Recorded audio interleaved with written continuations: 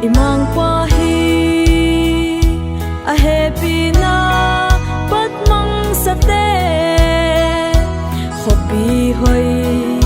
ilut thei na dingun lampi kha a hing bol sa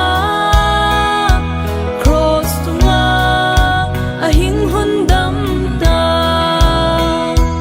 a it na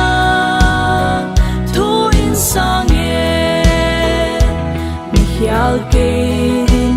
man padya sa katan gua lo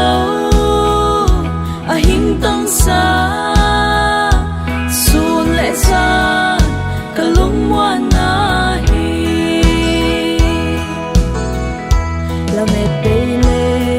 mang bang te din lung wana Jesu Vang in kay ahing thulo ait nan wam la nei lo kahina bang in hing pom ta ait na thu in sang ye mihyal kay din man padya sa katan gua lo ahing tang sa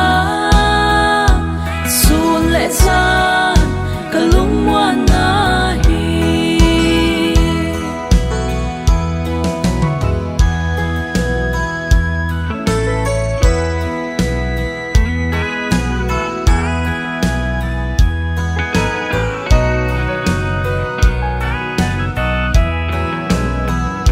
mihing et bang ahing en lo ka thei na hiel a ke hing thei ka hat la na hing thei siam mang pa aman pha a happy na ke din su sing gua hi lo a it na sang ye mihyal keirin man padya sa katan gua lo ahing tang sa sun le sa kalung wanahi ait na thu in sang ye mihyal keirin man padya sa katan gua lo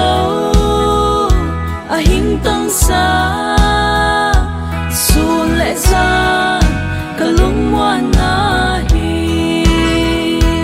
ait na thu in sang ye mihyal keirin man padya sa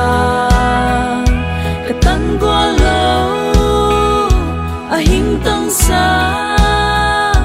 sun le sa kalung wanahi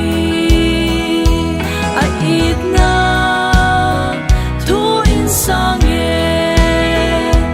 mihyal keirin man padya sa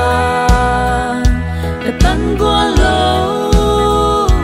ahing tang sa